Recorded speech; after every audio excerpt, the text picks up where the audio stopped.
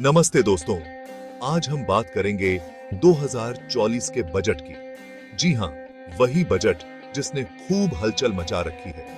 खासकर आम लोगों के बीच तो इसकी खूब चर्चा हो रही है। तो चलिए, बिना देर किए उन मुद्दों पर गौर करते हैं जिनकी वजह से ये बजट इतना विवादित बन गया। सबसे पहले तो बात करते हैं आम आदमी को मिलने वाली राहत की कमी के बारे में। महंगाई तो आसमान छू रही है, ऊपर से रोजगार कम हो रहे हैं और आर्थिक हालात भी डांवाडोल हैं। ऐसे में लोगों को उम्मीद थी कि बजट में कुछ तो राहत मिलेगी, लेकिन हुआ बिल्कुल उल्टा।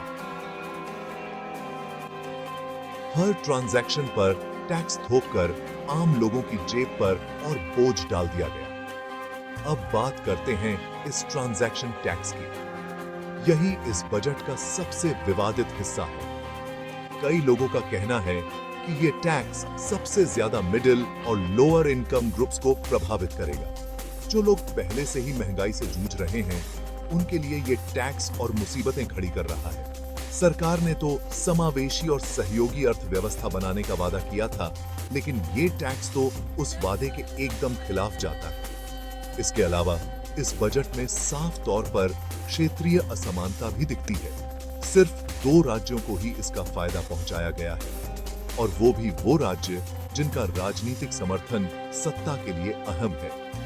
ऐसी पक्षपात वाली नीतियां दूसरे राज्यों में नाराजगी बढ़ाएंगी और देश के संतुलित विकास में भी बाधा डालेंगी। अब बात करते हैं खुद वित्त मंत्री निर्मला सीतारमण जी। उनके कामकाज के दौरान कई बार उनकी ईमानदारी और पारदर्शिता पर सवाल उठ चुके हैं। इस बजट में संसाधनों का ये असमान वितरण और कठोर टैक्स नीतियां उनकी सार्वजनिक छवि और नीतियों के बीच एक बड़ा फर्क दिखाती हैं।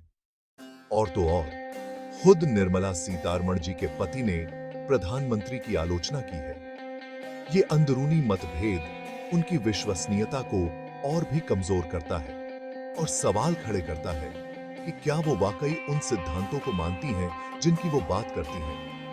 तो कुल मिलाकर 2024 का बजट आम आदमी को राहत देने में बुरी तरह नाकाम रहा है। ट्रांजैक्शन टैक्स और राजनीतिक फायदे के लिए संसाधनों का ये असमान वितरण सरकार की प्राथमिकताओं पर सवाल खड़ा करता है। वित्त मंत्री के तौर पर निर्मला सीतारमण जी को इन समस्याओं का समाधान करना होगा और निष्पक्ष तथा संतुलित आर्थिक नीतियों के प्रति अपनी प्रतिबद्धता दिखानी होगी। तभी सरकार लोगों का विश्वास और समर्थन वापस पा सकेगी। जी